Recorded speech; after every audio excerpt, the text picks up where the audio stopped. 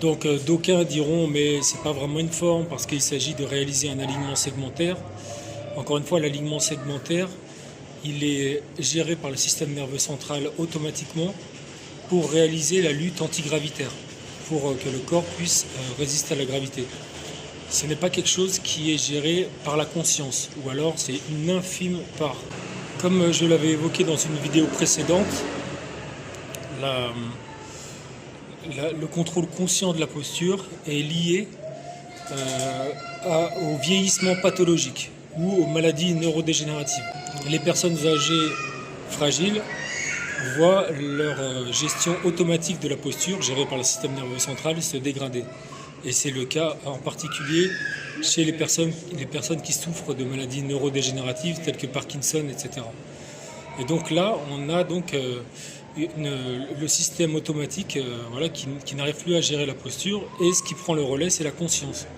Cela aboutit à des troubles cognitifs, c'est-à-dire que concrètement, toutes les ressources cognitives que vous allouez à la gestion de votre posture, à la gestion de l'équilibre, etc., ce sont autant de ressources cognitives que vous n'avez plus pour la lecture de l'environnement, pour la mémorisation, pour les tâches cognitives. Donc pour évaluer ça, les scientifiques ont monté des protocoles d'exercice où on fait des exercices de double tâche. Donc en gros, on fait réaliser au sujet des tâches posturales, donc on les met en situation de déséquilibre, et en parallèle on leur demande de faire du calcul mental, des tâches de mémorisation, des tâches cognitives.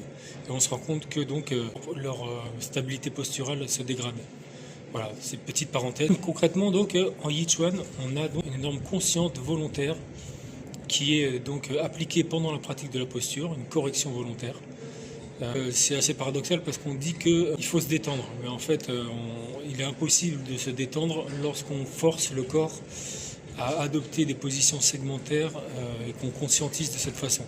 C'est complètement antinomique, contradictoire, c'est une injonction paradoxale.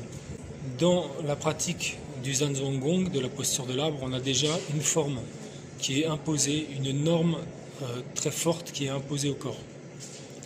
Ensuite,